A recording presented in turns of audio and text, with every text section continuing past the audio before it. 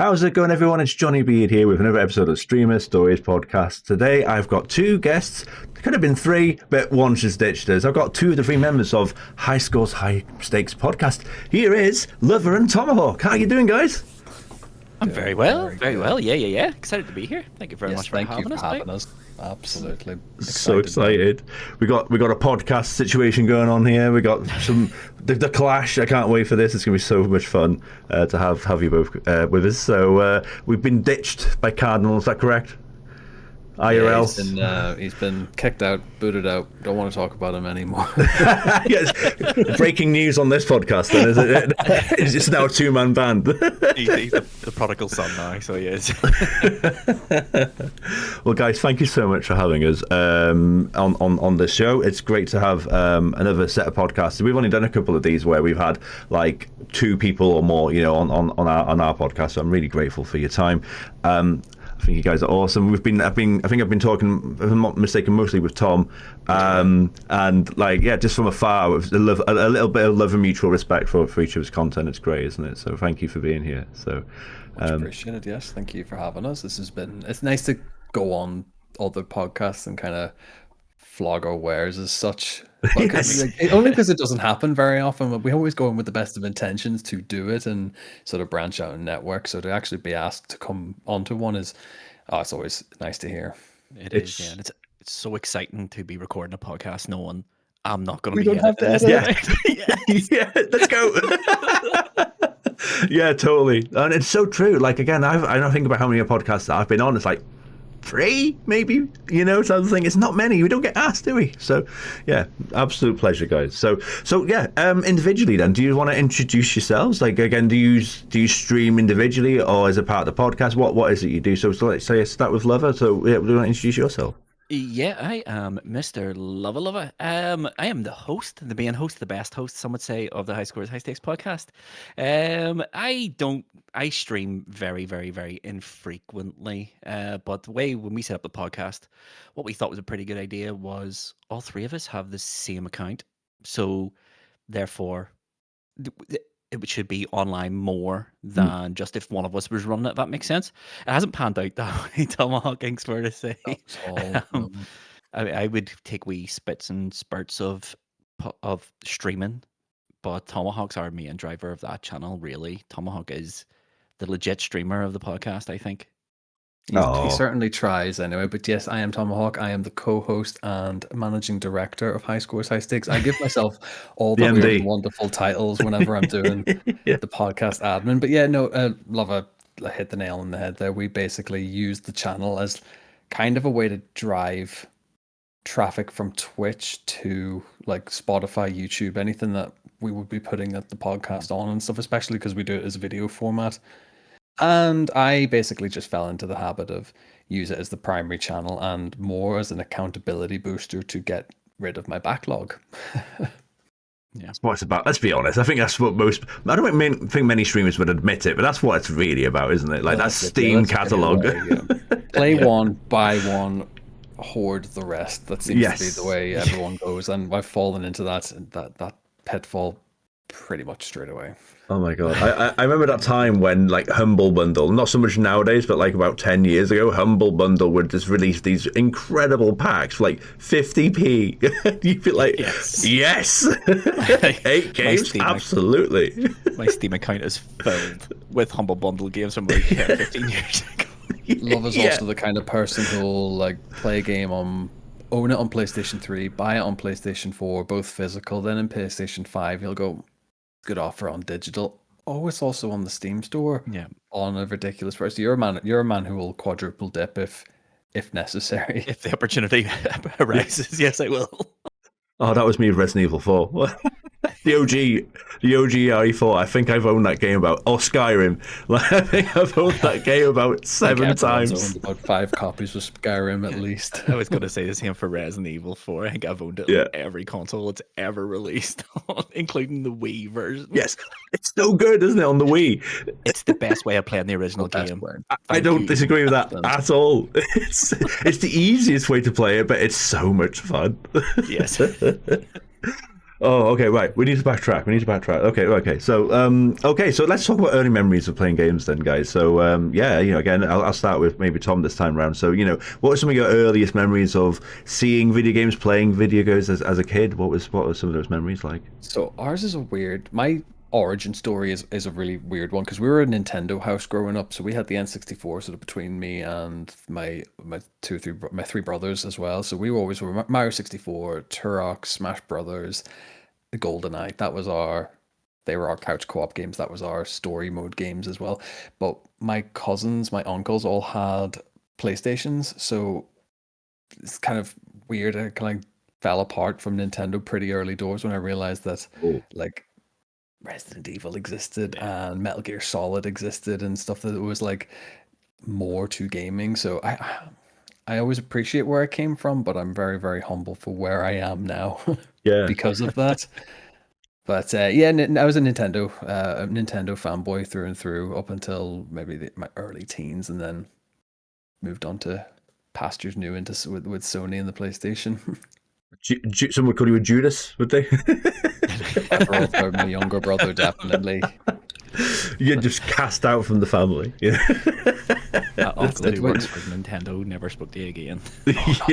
Not at all. But yeah, it was one of those things that I think it was one of those conscious decisions my parents made of, do we get the Nintendo, which has a little bit more, I think, franchise gravitas, I probably would have said, with like your Marios and whatnot at the time. But I think my peer pressure of my friend circles and other family members who always had PlayStation, like the PlayStation, the mature console, we'll call it, Yeah. that pull was just too good. I think it's important context, though, isn't it? In the mid-90s, when you think about it, like it was the safe option Nintendo, wasn't it? Let's be honest. 100%. Sony would just literally burst on the scene. Like I don't think people quite remember that. Like they came out of nowhere.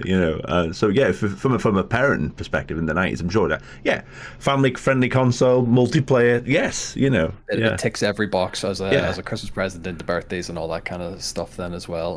But it was always, I go to a friend's house after school and we would play like Gran Turismo or Ridge Racer and Metal Gear Solid eventually after that then. So I had best of both worlds, but my sort of home console for the most part was Nintendo.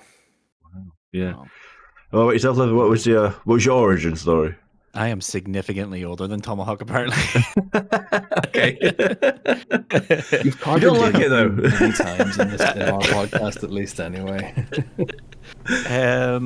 My gaming journey begins like a lot of my gaming stories with my dad. And I remember him bringing home an Amstrad CPC 464 and an Atari 2600. I think the first video game I ever played was the Atari 2600 version of Pacman. Nice. And Yar's Revenge was the second one I ever played. But yeah, I loved them. I absolutely loved it. But I was an Atari kid and sort of dabbled with the Amstrad with like the Dizzy games and stuff. And then one Christmas, must be 90 maybe, we got the Sega Master System Mark 1. And then that was me with Sega. So I went from the Master System to the Mega Drive to the Mega CD. Oof. I think it was only because Tandy had it for sale for like 50 quid near the end of its life for like 3 or 4 games and stuff like that. And then Sony, as you said, burst onto the scene 95 with the PlayStation. And I remember that year, I've told the story many times on our podcast. That was the year the Saturn came out as well. And the only thing I wanted, because I had the Master System, the Mega Drive, the Mega CD, all I wanted was the Sega Saturn. And Santa came and brought me the Sony PlayStation. And never really looked back from PlayStation because that system was, it's funny to laugh at it now because it's so quaint looking now, but it was a massive, like we talk about generational leaps. That was huge. One of the biggest I've ever seen. Because I went from playing Mortal Kombat 3 in a Sega Mega Drive to playing Ridge Racer and Tekken within the space of 2 months. Yeah. It was frightening. Night and day, wasn't it? How big a leap that was, Yeah.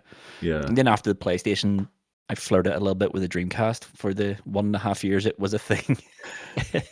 And then loyal to the end. Absolutely. What a console. One of my favorite consoles of all time. It's 100%. incredible. But then after Sega went the way of the dodo, it was PlayStation the whole way through. I mean, I've mentioned that was in my personal episode of my podcast, about my origin story. But like, I was late into the scene in terms of like I was playing games like late. I was in 98, 99. So I had a Sega Mega Drive in like 98, and then I had a PlayStation in 1999. So I was late on the scene, but I caught up very quickly. And you are right, like the difference between like me playing like Sonic the Hedgehog on the Sega Mega Drive, then to go, oh my god, Resident Evil, so scary. It's just warmth, isn't it? Yeah, it was. I remember Resident Evil landing on shelves, like, and our local game shop was really strict when it came to age ratings and stuff. Would not sell it, but I remember getting my hands on it. Me and my mate got our hands on it, and just that game was like revolutionary. It changed my perspective on what video games were and what they could be. Because here was a game that was adult, it was scary, it was gory, and it had a story. Yeah. It had a story, which is huge, huge. But yeah, the PlayStation was just underrated as a console. It was incredible console. I mean, and it, like you said, it revolutionized video gaming forever. Like it had about 4,000 games on the console, which is just like mind blowing. When you think about it, they were like, yeah, you can put it, your game sound, yes, put it on it, yeah, you're fine. It's throw everything at it and see what sticks, and apparently 4,000 plus titles. It worked, didn't it? It worked. It did. It did. And it was such a weird time for video games. They were just like, the variety of games that released month on month was just mind-boggling. You could jump from genre to genre to genre in a way you just can't anymore outside of Steam and indie developers. Yeah, 100%. Goddamn. So yeah, console was a big part of both your childhoods. Then was PC a big part of it? Like, did you have like the home computer setup at all? Like, for homework purposes, or how was it? Dial-up internet? Like, what was it like? Did you have a PC, or was it not something that came in for a bit later? It was kind of a football. No, not even football. Championship Manager. Championship Manager and Doom. They were pretty much the only PC games we really ever played in our house, at least anyway. PC gaming is completely alien and completely like non-existent in my circle even today. I just am like, it's scary, it's different. I don't think I'm ready for it, and I don't think I'm ever going to be proficient in it. At this point, no. I'm too far down the line. I'm a console player through and through, and I feel as if I'm just like, I'm going to die on that hill regardless. I think it's fine. Yeah, I am by heart a console guy, so I can't comment. I live out of it. Yeah, I like PC gaming. I remember just when you said a PC for homework, I remember Dad bringing home a PC for homework. And it was like, this is for homework, guys. Just look at me with two brothers. This is for homework. It's not for playing games on. But it has a Voodoo 3DFX chip 3 in it. I'm like, oh, hello. Okay. What a comment. I know.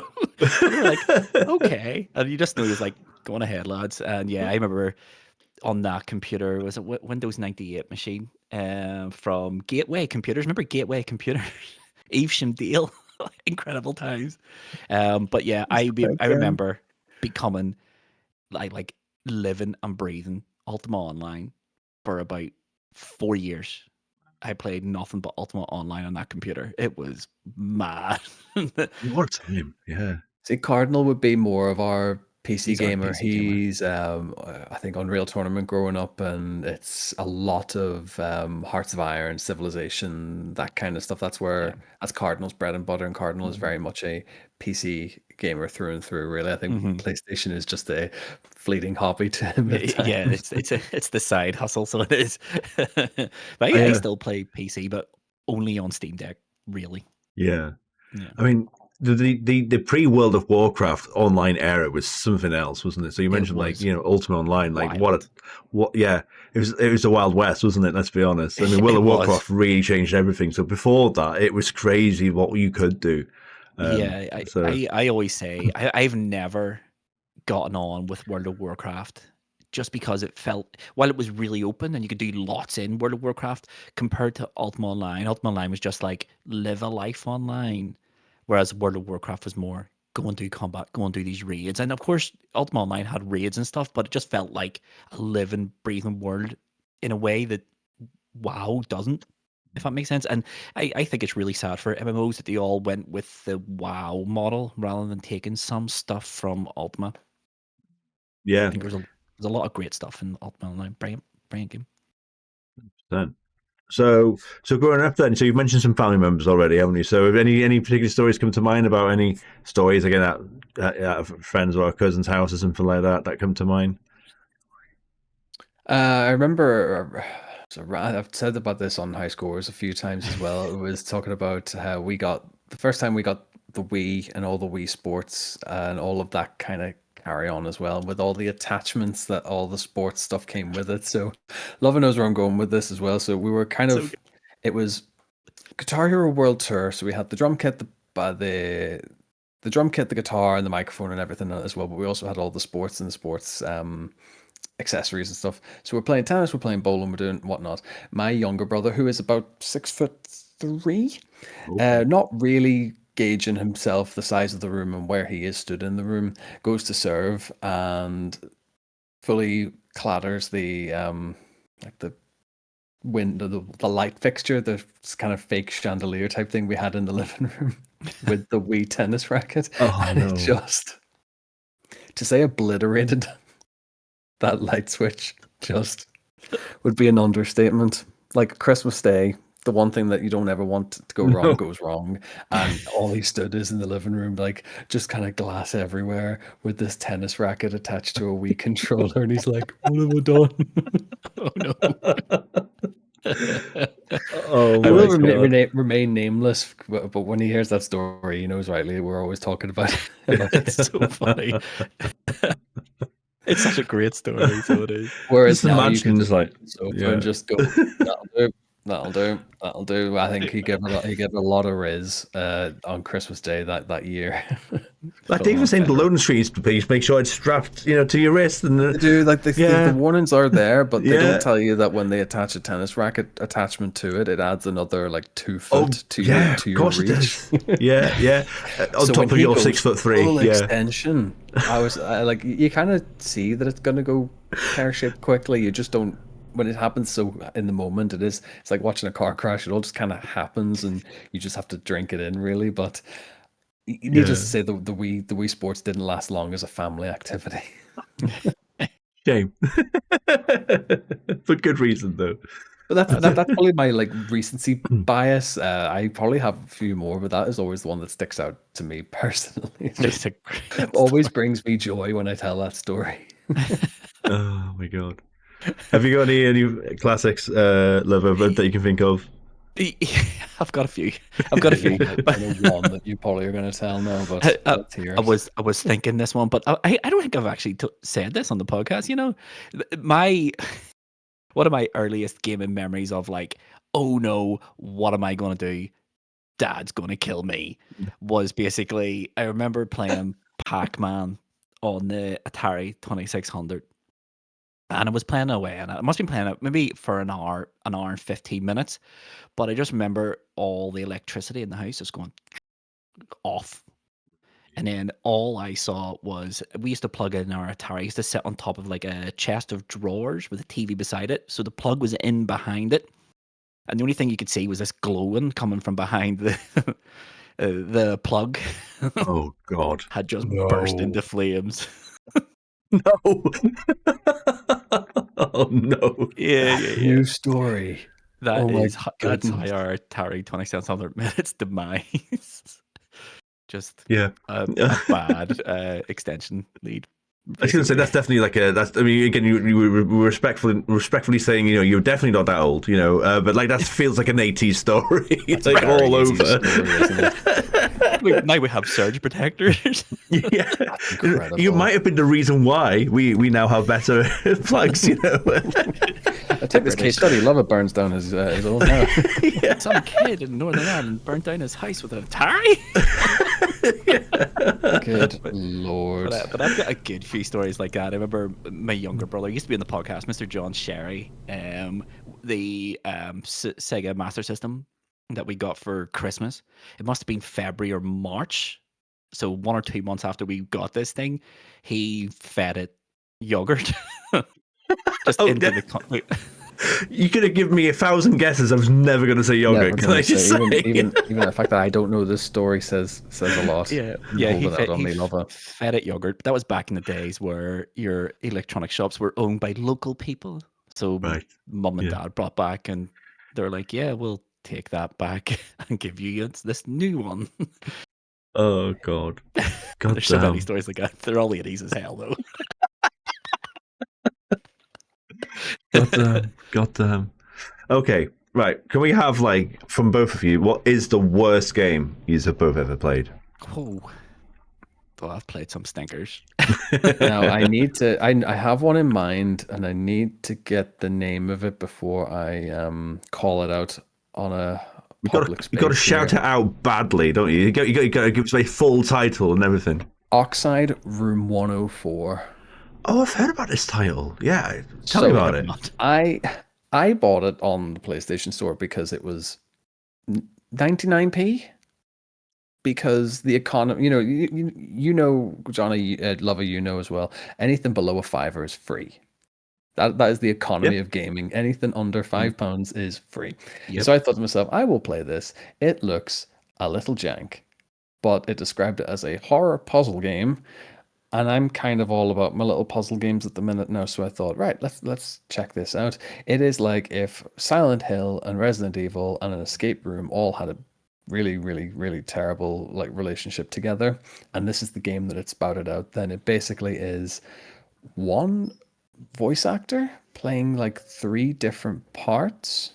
He plays the protagonist, the antagonist, and the general moans and groans of all of the zombies, the creatures, whatever they are. But you basically have to go through this abandoned apartment complex, go into room A to room F, and then all the puzzles kind of like link into which pathway you want to do. The one saving grace in this game has like 3 or 4 different pathways, so there's a bit of replayability to it. But the voice acting's so drab, the gameplay is just rough, and yeah, I feel as if it had this big identity crisis. It like inspired by Resident Evil, Silent Hill, but just kind of never picked a lane. Yeah. And then when I finished, I went, "Oh, is that it?" Never a good sign. Now, what the weird thing is, it's got a sequel. I was about to say, I think I know about this game now. I think I've watched the John Wolf play it. Yeah, I was thinking that does sound familiar to me. Yeah, I think the sequel came out like a year ago or something, or quite recently. It came out. When did it come out? July 25. So yeah, about 6 months, 6-7 months ago. Yeah, I remember this now. 208. So I'm like, oh god, do I get it? April Fool's Day. Quite possibly. But yeah, I think it sticks with me. More of a recency bias thing. It's like it was pretty bad, and I felt like even the guy. Fair enough, it's the guy who made the game who's doing all the voices and stuff, where I thought maybe put a bit more love into it, and it's like he falls down this like crevasse, this pit, and then basically it's just that's it. That's the dialogue, and I'm like, we're not even gonna play that up a little bit. There's definitely no one else in like the voiced acting studio going, yeah, that's perfect. Yeah, exactly. You just know that he's looking in the mirror going, yes, that was perfect. He's done this. He's done this all and recorded it. It's sort of in one space, and then just went, that will do. That is the take. Might need to get the sound clip. Just put it in your streams. You know what? I will. I'll have to dig that one out now, because I was so perplexed. It happened, and I went, that seems like an under exaggeration. If anything else. The Oxide Room 104, pretty much. I think it's up there, one of the worst games I've ever played. No. Yeah, now that I recall it, I can see it. Oh yes, I remember now. Like there's letters, isn't there? He writes letters, like about like from evil and stuff like that. I think from evil, yes. The main villain's evil. Yes, I remember the game. Oh my god! So if you get caught by the creatures or whatever, you end up in a bathtub, and the doctor who's like imprisoned you cuts an arm off or cuts a leg off, and you have like they're your lives, and then the cycle just repeats. And then then he cuts your head off, and then that's the game over. It has to like start again. Yeah, Luvva, I'm actually going to give you my login details so you can play it. I don't want to. I'm not going to. You can't make me. Oh wow. Okay, Luvva, have you got any game that comes to mind? Actually, 2 games. One's really, well, I say really recent. It's 10 years old. I don't know if it's the worst game I've ever played. It's certainly the most disappointing game I've ever played. Tony Hawk Pro Skater 5. Oh right, yeah. It was a mess, an absolute mess. I remember being really excited. It hasn't been a Tony Hawk Pro Skater since 4 and like 04 or whatever it was. And then when that came out, the patch was 8.5 gigs, which was the entire game, and it was just it wasn't unplayable, but it was a mess of a game where you had the slam button, which was the same as the grind. So you're trying to grind and you just fall to earth and ruin your it just wasn't good. It just was not good at all. But I think the genuinely worst game I've ever played, Street Fighter 2 on the Amstrad CPC 464. Okay, yeah. Okay. It took that specific port. That port was a miracle that they got this game running. But if memory serves me right, there only was like 4 characters that you could pick from, and the loading to get to the character select screen was horrific. And then when you picked your fighter, everything had to sort of load in from the cassette tape, and it came on 2 cassettes, if memory serves me right. But it was just horrendous. It was like best way I can describe it was do you remember Tiger LCD handheld games? Yes. Remember those things? Street Fighter 2 on the Amstrad looks like one of those and plays like one of those. It was awful. Oh my god! Reminds me of like there being like certain Mega Drive games in Brazil, like in like 1997. Yes. God, yeah. Again, another one of my favorite YouTube channels is Matt McWhistles. He does like the worst fighting game. He's trying to find the worst fighting game. That sounds like a contender. It's horrendous. It came out on everything. I was like the Amiga and everything, and I don't think any of those home computer ports were any good because they were all made in like 1981. God. So they're just backtracking effectively, aren't they, to make it work? Yeah, it was like, don't get me wrong, like it was a miracle to get it running on a 8-bit computer that wasn't really 8 bits. But it was just an incredible. It was one of those ones. I think Jurassic Park, isn't it?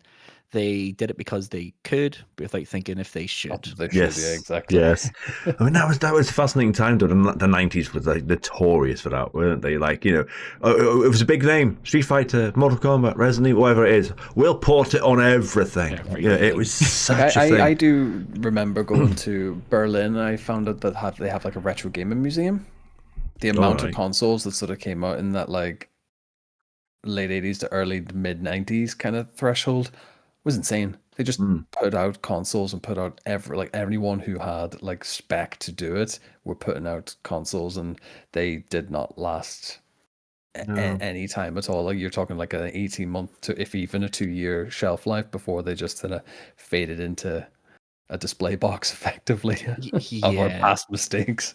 Like the early 90s is like a console graveyard. Yeah, because everyone wanted a piece of the market. They all wanted it. There was so many consoles came out between like 89 and 94 that were just 18 months gone.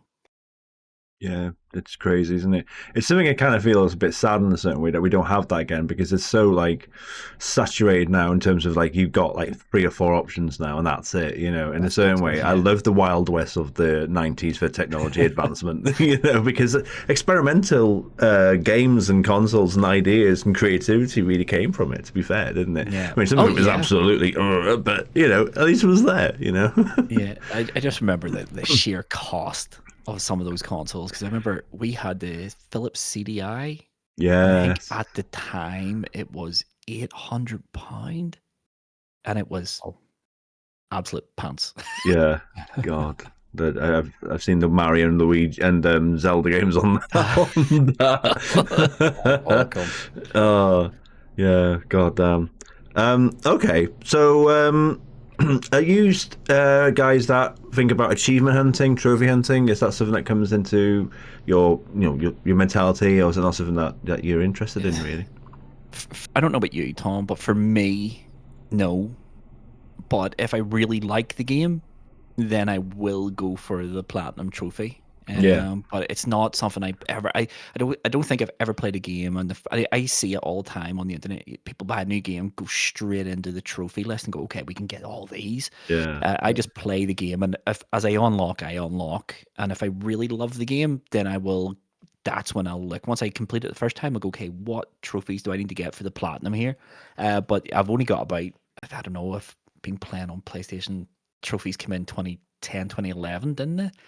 And I think Yeah, I I've think got so. about, Yeah. I think I've got about 9 or 10 platinum trophies. That's really it. Yeah, I no, I don't think look for them. I'm on about 3, maybe No. 4 platinum. I'm just Okay. it's not registered on my wavelength anyway. I'll play Golden Path if side quests drag me in, and kind of if I know that they're going to benefit like in end game, I will. And if I'm not chipping away at backlog stuff, I'll maybe just uninstall and move on to the next one. But it will take a really, really good game to kind of lure me back in and Yeah. go, oh, go and do all the side missions or go do all the speed. Like Astrobot's a perfect example because I finished that story, and I think the joy in Astrobot was getting the platinum and being Right. able Yeah. to go and explore the world. And just, I think we talked about it in our Astrobot kind of deep dive. It's a love letter to the PlayStation, and it's a love letter to everything that came with the PlayStation. And I think being able to do that in an Astrobot space was awesome, and I had a great time doing the platinum. And it wasn't a grindy platinum. And I think when you come across games that are like, oh, you have to do it in 5 different difficulty runs, it's like probably why I won't attempt the like Resident Evil Requiem platinum, Yeah. because Yeah. Yeah. I just there's things in that I'm like, maybe doing the in-game achievements would be quite interesting, but to actually go back and have to do it in Insanity without a heal or without any kind of stuff like that, that's when it starts to get grindy and maybe Yeah. takes the love out of the game, that I'll want to go back to eventually. No, the platinums don't massively matter to me, really. I know that it's a big identity for a lot of players. Yeah. A lot of it Yeah. can be for streamers particularly as well, but no, I think I've always just been in. It's there for the enjoyment, and you don't want that replayability ruined for you, really, if you're just Yeah. grinding out minute stuff that you're never going to look for originally. Yeah. Yeah. That Yeah. makes But a I lot think, of sense. Sorry. yeah, back on the 360, I used to really like achievements. But then what killed it for me was multiplayer achievements. Like whoever came Oh up with that God. idea, Yeah. they can get in the bin. Yeah. They were such a nightmare on the 360, especially. Like you couldn't platinum a game because you had to find a friend to play with or some and that was the worst thing is like if the game was like 7 years old, the game probably was dead. Yeah. You're done. You're done. Yeah. And some of them had like, I remember there was Frontline Fuel of War, I think it was called. But one of the achievements on it was something like play 500 online multiplayer games. But it was only a game for like 6 months before it just completely bottomed out. And there was no one playing it anymore. So yeah, yeah. But no, trophies. I like trophies better than I ever liked achievements. But no, I wouldn't go hunting ever. One thing I liked about the Xbox though is the gamer score thing. Like I felt like that was a really cool way to do it. It's something that I feel like Steam and maybe PlayStation haven't quite grasped as well as Microsoft did with the Xbox. I don't know why I just like to see from adding a friend and seeing they got a really good gaming score. Oh they don't play that game. It kind of gives you a bit of a flavor of character about how much gaming they do. I always felt. Yeah, yeah. I think Sony with the PlayStation 4, I think it was. Tommy might correct me on this. They introduced trophy levels, so Yes, it's they the did. same sort of It's idea. like I bronze, always, silver, gold. Yeah. when you go into people's gamer tags and stuff like that, you can see it'll say trophy level. Like I'm currently like 349 or something like that, I think. But I like the trophies better than achievements. I like the little, this is silver, this is gold, this is what, and Yeah, it tells you the rarity level and The stuff of your percentage of players achievements. who did that's it fair. and got Yeah, it. Yeah. And that sound when you yeah, ping a trophy Think. is just like, bink. Yeah. It's like, yeah. yep, that's the stuff. There That's what was I'm here for. one. There was one, and it does make me laugh as just as we're talking about platinum hunting, and it was a random throwaway video I saw on Instagram about how you get games that are impossible to platinum because of server closures or whatever. But there was Yeah. there's one game, the name escapes me, and I'll have to dig the video out and send it to you on a later date. But it was the way that the trophies were worded that meant that it physically was impossible to get the platinum because the platinum trophy was, or the final trophy was, get all the trophies in the game or get all the achievements in the game. But because you got that, you couldn't, or the way it was worded, if you couldn't get it because the platinum wouldn't trigger because one of the trophies. Yeah, Okay. So I'm just like, that seems like a massive oversight that you can't get all the trophies because the platinum's the trophy, and if you've got all the in-game trophies, how do you get the platinum? And you're just then lost in this cycle of, well, the game's broke clearly, or that achievement just was clearly overlooked or oversighted in its description. So yeah, I think, I don't know, I try not to get bogged down in the platinums or in the platinum hunts. Really, I think it has to be really something special to make me want to lock in for it. Yeah, no, good chat. I love that. It was really fascinating to hear different perspectives on it. So, okay, so here's a question for you both then. So, if you were both individually, this will be interesting. I'm going to be asking you both now individually the question. But if you were stuck on a remote island, you can only have 3 games with you on that island. What would they be? Now, I'm quite interested to hear. Now, do I put you both on the same island? You might be able to get like a cheat code here and have 6 games, but no, let's go with, one can choose 3 and the other can choose 3. So I don't know who wants to go first on that one. Yeah, I'll go and let you go first, Tomahawk. I think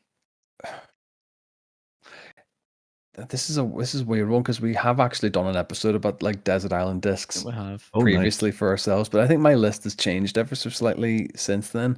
I'm probably going to go with Astrobot because that game is just beautiful. It's perfect. It's a great platformer and it just has insane amounts of replayability. Exit 8 at the minute. I really like this game because like I did a run through of it quite recently, and it ended up being my eldest sat on one side of the sofa watching me play it on the Portal, and she's like looking at me going, "Why are you going backwards?" And I was like, "Well, because there's anomalies." And she's like, "What's an anomaly?" And I was like, "This is too much conversation for 3 of them." My wife came in and went, "What are you looking? What are you doing?" It's like, "Why are you going backwards?" It's like, "Because I'm looking for anomalies." So it became a weird family activity. Yeah. To complete the game.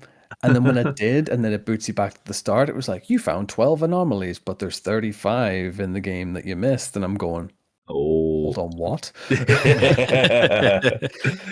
And it's such a simple concept, and it has been replicated and tried in different settings and in different like play styles. But you know, that anomaly hunting game, they just have this infinite replayability. And I think it's probably one of the best £2.50 games I've ever bought, really. I think it's had such value. And they are making a movie actually of it as well. It's so they've gone full horror with it, to be fair. But I really, really vibe and like the look of it.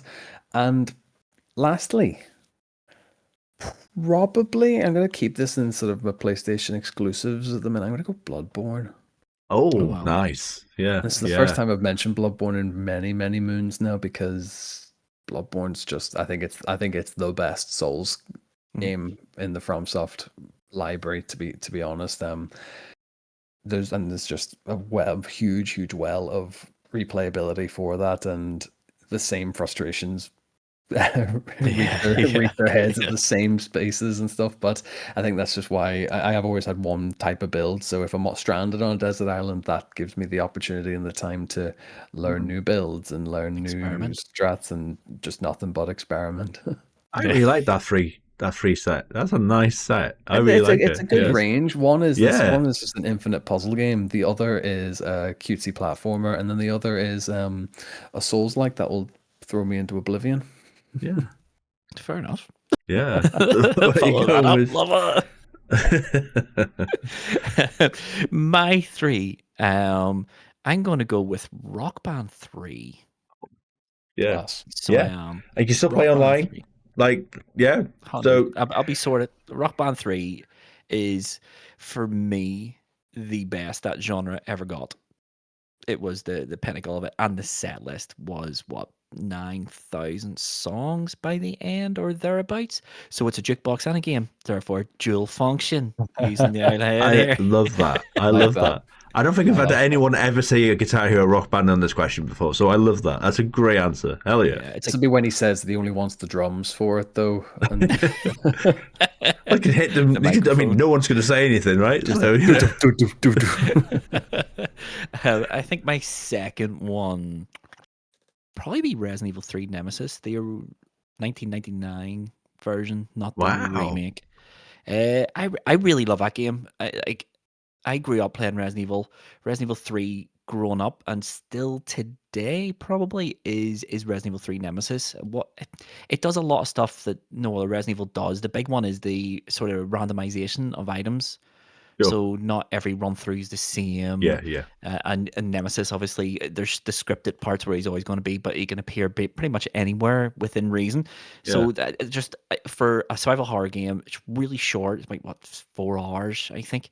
But there's infinite sort of replayability with Resident Evil 3 Nemesis. My last one is going to have to be one of those infinite games, I think. And I'm torn. I'm torn between SimCity 4 and City Skylines, the original one. And I'm probably going to go with City Skylines, because there was a period of time where I was absolutely addicted to that game on PC and then PlayStation.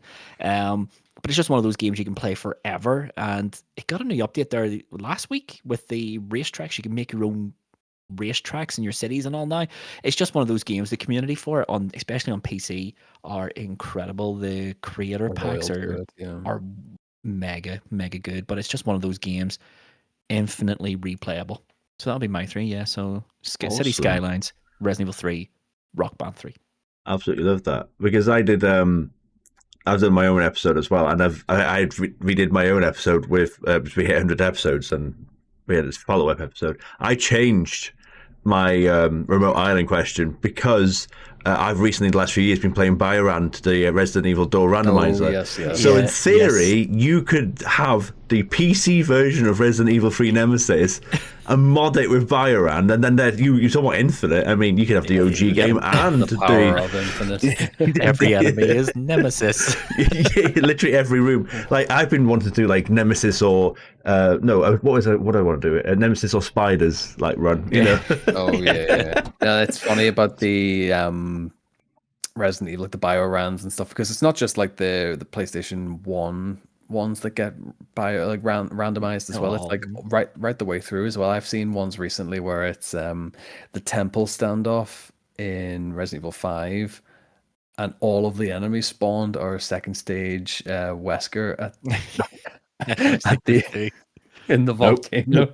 And I'm like, okay, but apparently I think it crashed the game because so many enemies flooded in and they all had the same animation, and it just overloaded the game. And it just I have a huge respect for you, Johnny, with doing the Biorands, and because like the randomizers and stuff, they're chaos learning set paths and speed runs. To do it in a randomized route as well is fair play. Your brain, you gotta memorize so much. It keeps the brain going. I feel like my brain is leveled up.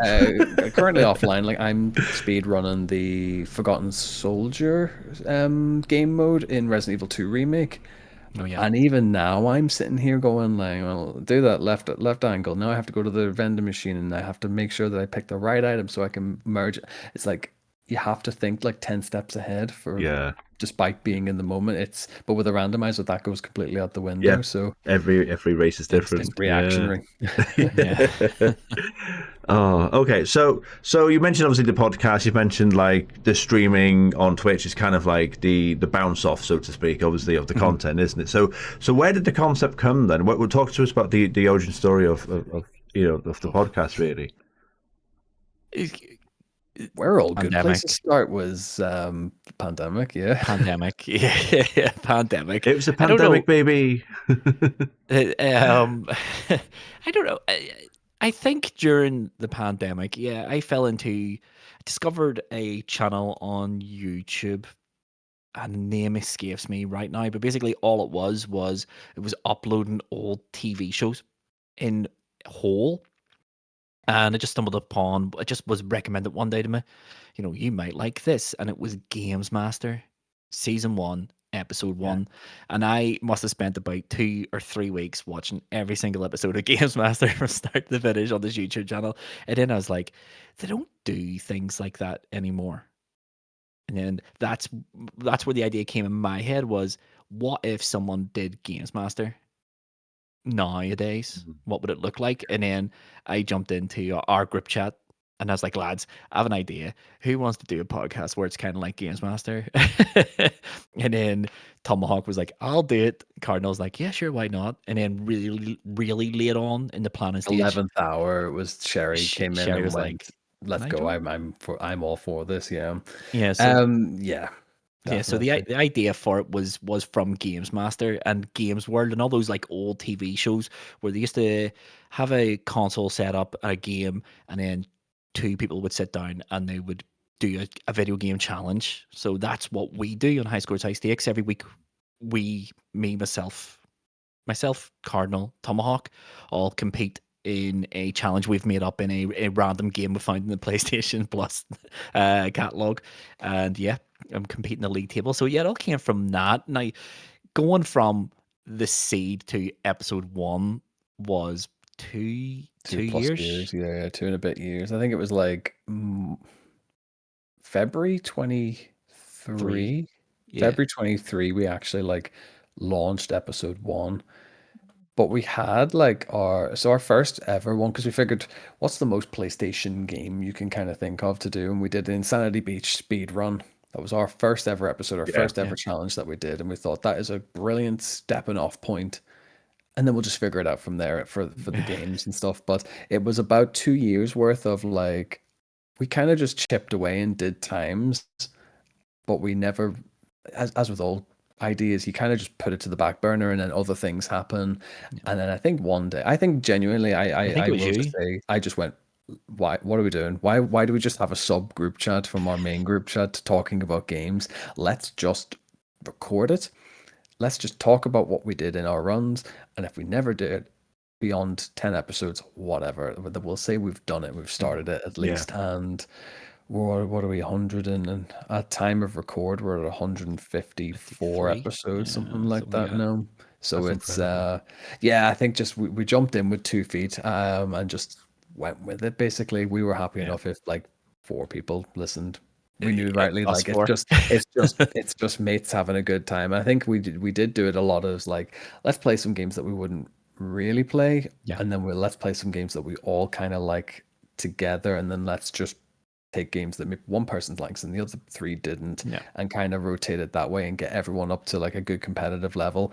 Now we're playing games that are purely out of everyone's comfort zone, and we're just going, this is a good advertisement for a little bit of chaos and a little bit of just, it's champion a game in the Plus library, basically, is the thought process now. Yeah, it's all just, I don't know about how you used to feel about gaming, but couch co-op and sort of playing games with your friends has like totally changed from what it was. Because I remember, as you said, this, your first question, do you remember going around to your friend's house to play games and stuff like that? Just doesn't happen anymore. And video game podcasts, from my experience, are all gaming news and console war and all that sort of business. And we were like, no, it can be really toxic. And we were just like, let's sort of steer clear. We don't cover any news or nothing like that. We sort of steer clear of it and let's just play games. Let's just focus on games. There's not many podcasts playing games. Yeah. They're all talking about them, but no one really plays them.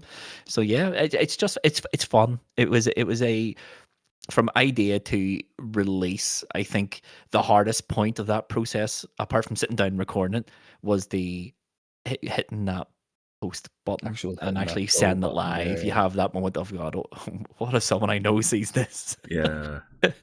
Now 3 years in, you're like, please notice us. Yes, yeah. The opposite. Yeah. You're like, hello, we do a thing now, because it suddenly became a thing like 3 years later now, that my like real life work office people went, I saw a video of you playing games on TikTok. What's that all about? I'm going like, oh, right, cool. So you're finally being pushed into an algorithm here, even if it's something that you're not remotely interested. So it's good to know like that side works. It just takes a hell of a long time for you to kind of be put into that mixer, really. Yeah. So fascinating. Again, I'm sure we can all agree with it. Doing podcasting and stuff like that, like TikTok and Instagram Reels are so important. Like, I only recently, like in the last 8 months or so, finally started to have TikTok and Instagram Reels and stuff like that, and people are now noticing it. Like, they're like, "Oh, you got that person on that? I love that streamer. I didn't know you interviewed them." I was like, "Yeah, that was like 3 years ago." It's always a great hook as well, because I have recently we do like our mini game of like name that game, where we'll read Metacritic reviews and we just leave it to the viewers and listeners and stuff to kind of guess, and we'll do it weekly at a time. 9 times out of 10 I spend most of my time on TikTok just posting like memes of maybe games I've been playing or something that will always get a little bit of traction. And when we do post the clips of like episodes and guests we've had, we kind of just use like the memes as like the stepping point to get the actual content out there, which people don't have time for, apparently, if you look at the retention rates of every video, I suppose. Apparently so, yeah. No one has attention anymore. No. He asked for 15 seconds. They're giving you 3. Yeah. It's depressing, like the isn't social it? media side of it, the social media side of it is like so important, because you can hit play and then people will naturally find you. And we've learned this the hard way, posting because originally we were using our episode titles as like puns or song titles that were rejigged to fit the name of the game. So Resident Evil was Resident Evil Woman, or the GTA one we did as well. It was The Fall Out Boy song. Yeah, it had a really bizarre name, and sometimes it would work, and then other times we'd be like, that was a real stretch to come up with that. And now we've learned how like titles and hooks work and stuff like that. Like that search engine stuff really, really, really helps, and you start to see that pay off big time now. Yeah, goddamn. So, is there like a favorite like episode individually then that comes to mind of like that you have done? Do you think? Do I know what? I don't know if I have a favorite episode. The one that always jumps out to me. There's 2 that jump out to me. One, because it was the most work we've ever put into like designing the challenge and then recording the challenge and then getting it condensed down into like a palatable sort of amount of time. And it's our GTA 5 challenge, which was like a season finale for us. So we did 3 challenges inside GTA. The first one was a race from the northerly most point of the map to the most southerly, uninterrupted. Any means necessary. Oh, okay. Sounds like a Top Gear episode. It was like yeah. I think that was kind of what we had said. Like, let's make it kind of like a Top Gear-esque, because there was a lot of challenges. Just backing up slightly on it, there was a lot of challenges where the mechanic of the game would be the challenge, and I think there was a lot of games and a lot of seasons where we've went, let's take a game, but let's subvert something and take a random element that nobody's going to think of. Like, realistically, who's going to think of a race from north to south of the GTA? The GTA 5 map is huge as well. Then you throw in the mix of you're in a live lobby. Yes. There's an awful lot of moving parts that you can't control. Right, like a guy in a helicopter. Like a guy in a helicopter just guns you down before you even get to the start line. Oh my god. So yeah, there's a lot of stuff. I think we've toyed with the idea of doing like a hide and seek challenge or something in like a small sandboxy multiplayer map, but I think there's too many real world elements where it could just go so wrong so quickly. Yeah. GTA 5 I think is a big standout one for us. It stands out for me. I think it's challenge wise, it's right up there with the best challenge I think we've ever done. And then the other one is like, it always sticks out in my head because it's probably a game no one would expect to appear in a challenge based gaming podcast, and it was our Last of Us challenge. Okay, yeah. We just imposed permadeath, so you go as far into the game as you can. Once you're dead, that is it. That is your run over. But it was really interesting because Sherry was still in the podcast. I think it was season 1 or 2. Season 1, yeah. This was like episode 5 at this point, so this was like quite a big challenge to put out there for Cardinal, who doesn't really do survival horror type games, and Sherry, who didn't want to play the game to death because it's his favorite game of all time. So Yeah, you had to yeah. find a bit of balance with some of these games now. Yeah, yeah. Yeah, but I love that challenge because it was you're playing a game we've all played hundreds of times, but just in a completely different way. Like, we played it on grounded difficult, wasn't it grounded? We Grounded, played it yeah, on, yeah. yeah. This is So it before was, the remaster port, which did yeah, have the permadeath as well. So we were playing the PS4 port to the yeah, the PS5, remastered, yeah. the remastered one, yeah. So it didn't even have the permadeath difficulty now. So it's one of those ones you could probably run it back and have those restrictions in place. But I think we just had to like rig it ourselves and go, right, if you're dead, you're dead. But you have your deadline to get as far into the story as you can, really. Yeah, yeah. I really enjoy I enjoy a lot of the challenges we do because we play a lot of games, but not for a very long period of time because we're purposely going, okay, in this game we're going to do this, and then I will. Yeah, speak for you as well here, Tom. We Yeah, just tend to run that challenge to death. Once the challenge is done, it's probably usually gone off the gets PlayStation because the installed. next Yeah. week's episode needs to be done.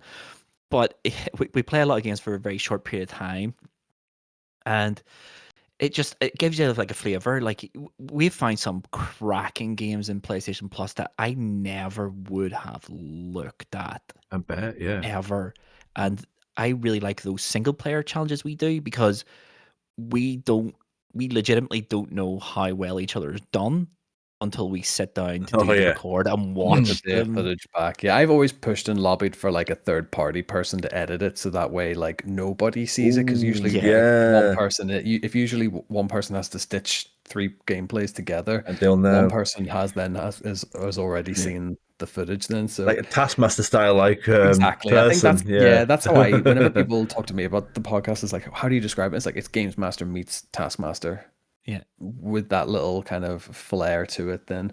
But I think the other one mainly I want to talk about is the Resident Evil 1 remake challenge Yeah. that we Yeah. did. It kind of was a story progression based challenge, but this one was like it was points for bullets hoarded and key items. So effectively, it was like a Yeah. scavenger hunt. Right, yeah. It was like Resident Evil it was Scavenger Hunt. it was. Do you know what though? Lova absolutely tanked his way through that, and Sherry and Cardinal and myself to a degree was like forgetting that you don't have to shoot the zombies to get past them, and then just save your bullets because the bullets are worth the most points effectively in that challenge, and then getting Yeah. your shields and your emblems and your books and stuff like that were just little bonuses really. So you could have effectively ran the whole map, or as much as the map is that would allow. Yeah. Find all the bullets and not have to do anything within a 20-minute time cap. So yeah, I really enjoyed that one. I think with a bit more Yeah. proficiency, I would have had a bit more of a showing on that Yeah, episode. yeah, Really, you that was absolutely ran away with it that week. to be fair, I was playing that on the PlayStation and on Steam Deck while I was out and The about, just Yeah. running the Fortnite 20 minutes of challenge Resident Evil. was the Fortnite one actually is one that does stick out for me the most because it was the first time that we properly went. Let's do something in the wild. Let's not do something that is in an offline situation that can be controlled. Let's go. The biggest problem with the Fortnite one was that you couldn't bank on being in the same lobby because You Epic you did were that never going to incredible. be. Epic did that incredible thing of not allowing party chats into a 100 player lobby. So we had to go into 4 individual lobbies Yeah, and just hope that you never got like a pro gamer in your lobby. yeah. And then it was effectively if you were eliminated first, you get 0 points, and if you were eliminated last, if you won, you got 100 points max. So your ranking in the lobby depended on your points position, and that was very much we all sat on comms, we all played our lobbies, and then it was basically I think we all said, right, that's me done. I think that's ready, and then Lova kind of just went, "Do you just want to stick or twist?" And I think everyone kind of just went, "Oh, I might twist," and then at least then you had the previous run to fall back on, if nothing else. Like, but that was one that was, I think everyone finished within the top 10, if not the top 5. Top 5. Yeah, I Yeah, think, yeah. crazy. But that was having to basically go, "Oh God, I don't know how they've got on." We just had Yeah. to like see what happened, basically. That's Yeah, amazing. That's the mind amazing. There games might be and call outs there, but Yeah. huge call out challenges. I think they were out there definitely. Oh, that's amazing. Heckin' great stories there, guys. Thank you. Thank you so much for that. I have got a question from a previous guest for you both, actually. So this is what I get from a previous guest of the podcast. They didn't know it was going to be for you guys, and it's an interesting question to ask two different people. So, I suppose individually, what is the next game you're going to be playing / streaming? What's next on the agenda, guys? Oh, wonder what? There is a game I've had my eye on. Like, I've been playing Cairn most of this month. What a great game that is. But I've made myself a promise: if I buy a game, I'm not buying another game until I complete the previous one I bought. If that makes sense. Yeah, it makes sense. So now that Cairn's done, I see Tokyo, and Tokyo racing game, Highway Race or whatever it's called. There's a new one out, and it looks pretty decent. But I also see that there is a new Screamer game coming out, and I might hold off to Screamer because the previews for it are absolutely incredible. Oh yeah. So I think the next game I'm going to be buying to play is going to be Screamer. I thought you were going to say Romeo was a Dead Man, to be honest. Romeo was a Dead Man is still on the hit list, but that Screamer, the previews for Screamer have just been incredible. Apparently, it's just an amazing game. Well, I think next for me, because if we're going to talk about what I'm streaming next, I have been doing between Dead by Day. I play a lot of Dead by Daylight on stream as well, but I do a long play of games and franchises on every or most Sundays that I could be helped. I've been playing the Mass Effect trilogy. Just finished Mass Effect 1, so I'm due to start Mass Effect 2 in the next week or so, at least anyway. So that'll be my next kind of long play stream game. And, I adore the Mass Effect trilogy. Mass Effect 2 is one of my top 5 games of all time. I'm so excited to get back into that because it's been a good 2 or 3 years since I've last played Mass Effect as a whole, really. So massively excited to get back into that one. That's awesome. Nice. Oh, guys, I don't know where it's gone, but the hour has come. Sad, but just a final question for you both then, which is just any advice, again, we don't want to say about streaming, but just content creation, podcasting, any advice, any suggestions, any tips? What do you think about giving anyone in what you guys do and what we do, I suppose? Do it for fun, not for money. Yeah. I think that's always my first way to do it. And do it knowing that you just want to have a bit of crack and you want to have a bit of a laugh talking about games to like-minded people as well. I think that's always primary one. Yeah, I've got 2 pieces of advice. Perfection is the enemy of production. I love so that. It is. Yeah. Don't try to make it perfect because I can tell you right now it won't be. I think it took us about 6 episodes before we realized we could make our gameplay window watchable. And then my second one is I don't know how you feel about this, Tomahawk, but I don't think if it was me alone doing high scores, high stakes, whatever that would have looked like, I would not have made it to 154 episodes.